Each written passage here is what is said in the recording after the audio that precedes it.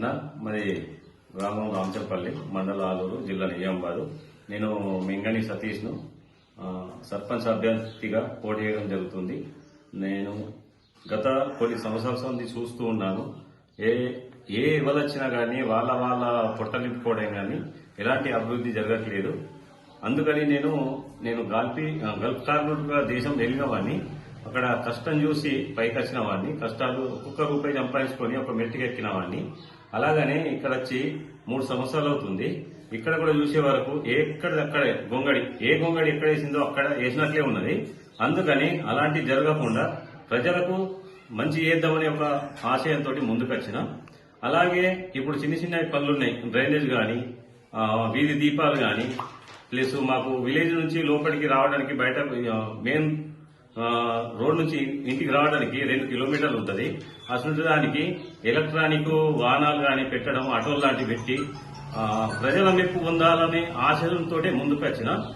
అలాగే ఇంకా కొన్ని ఉన్నాయి. ఇప్పుడు ఎగ్జాంపుల్ ప్రసవించే టైం ఉంటుంది ఆడవాళ్ళది.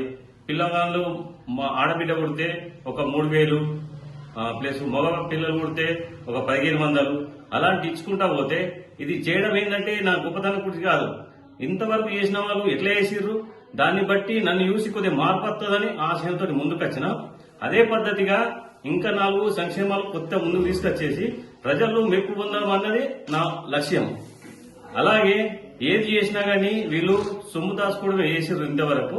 అలాంటిది కాకుండా నేను మంచి చేసుకుని మా అమ్మ నాన్నల పేరు, ఎందుకంటే చిన్ననాటి నుంచి కష్టపడ్డా, కష్టానికి విలువ తెలుసు కాబట్టి ఎప్పుడు కూడా దాచుకోవడం దోచుకోవడం కాకుండా మినిమం ఇతరులకు 4గురికి సేవ చేస్తే మన చిరకాలంగా మనం ప్రజల్లో ఉండాలని, మనం చూసి ఎవరైతే దొంగలు దోపిలు ఉన్నారో అలాంటి వాళ్ళు ముందుకొచ్చి అరే ఈ రోజు జరిగిపోతుంది, రేపు మాత్రము మనం దోచుకుంటే మాత్రం ప్రజలు దగ్గర రానియ్యారు. అందుకని వాళ్ళ లోపల మార్పు ఇవ్వాలి మనం. అప్పుడే ప్రజల్లోకి మంచి చేయడం తెలిసిపోతుంది. దొంగలు కూడా బయటపడి పక్కకు తక్కుపోవాలి. ప్రజలు ఇప్పుడు కంపల్సరీ మంచిని ఆశిస్తున్నారు. అందుకని మనం మారతాము అనే ఒక ఆలోచనతో వాళ్ళకి రావాలని వీళ్ళకు దిగడం జరిగింది. నా కష్టం ఇంకా మా తల్లిదండ్రులు ఎంత కష్టపడ్డారు అలాంటి కష్టం ఇతరులు కూడా కష్టపడుతున్నారు. కాకపోతే పాపం వెనక ఉండిపోతున్నారు, ముందుకు రావట్లేదు. మంచి వాళ్ళందరూ నన్ను చూసి ఆదర్శం తీసుకొని కంపల్సరీ ముందుకు రావాలి. ముందుకు వచ్చినప్పుడే మనం ప్రజల లోపల కానీ మన ఊరు కానీ బాగుపడుతుంది. ప్రతి ఒక్కరు మంచి పని చేయాలని ఆదర్శంగా తీసుకొని ముందుకు వస్తారని ఆశిస్తున్నాను.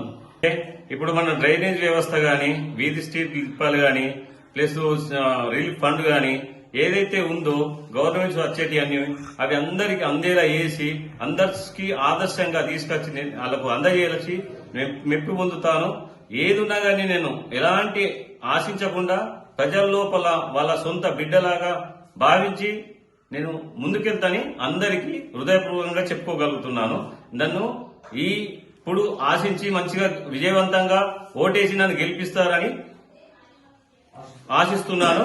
అందరికీ ధన్యవాదాలు. నా కత్తెర గుర్తు కొద్ది ఆలోచించండి, ఆశించండి, నన్ను దగ్గర తీయండి. ఒక అన్నదమ్ముల లెక్క, ఒక ఇంటి బిడ్డ లెక్క నన్ను దగ్గర తీసిన నాడే నాలో మార్పు చూస్తారు. నన్ను చూసి ఇంకా 10 మంది ముందుకు వస్తారు. ఎందుకంటే మంచితనం అది వెనుక వెళ్లిపోతుంది. అలాంటిది కాకుండా దయచేసి ఒక్కసారి కత్తెర గుర్తుకు ఓటేసి నన్ను విజయవంతుడిగా గెలిపించండి. మీ రుణం తీసుకుంటాను. ఎప్పుడు ఎల్లవేళలా మీ ఎంబట్నే ఉంటాను. తప్పకుండా గెలిపిస్తానని ఆశిస్తున్నాను. ధన్యవాదాలు. Thanks for watching. Like, share and subscribe.